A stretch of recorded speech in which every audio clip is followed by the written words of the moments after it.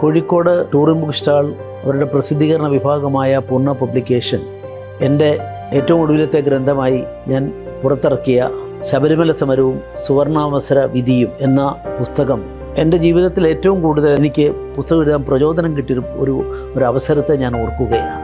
കാരണം നമ്മുടെ ശബരിമലയിൽ സ്ത്രീകൾക്ക് കടക്കാമെന്ന വിധി വന്നപ്പോൾ വിശ്വാസികളായ ആളുകളുടെ മേൽ ഒരു ഇടിത്തി പോലെ നിബന്ധിച്ച ഒന്നായിട്ടാണ് അന്ന് അതിനെ കേരളത്തിലെ സമൂഹം കണ്ടത്. പക്ഷെ അത് വിധി സ്വാഗതം ചെയ്ത ആൾക്കാരുമുണ്ട്, ഞാൻ അതിനെ കുറച്ച് കാണുന്നില്ല.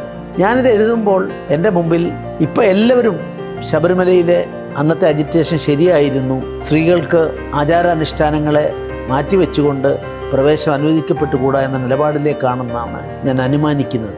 അങ്ങനെ ഒരു വലിയ മാറ്റമുണ്ടായ ഒരു സാഹചര്യമാണ്. ഞാൻ എല്ലാ ആധികാരികമായി കിട്ടാവുന്ന രേഖകളും ആ കാലത്തെ വർത്തമാന പത്രങ്ങളും എല്ലാം വളരെ ആഴത്തിൽ പഠിച്ച് ഈ ഗ്രന്ഥരചനയ്ക്ക് മുതിർന്നിട്ടുള്ളത്.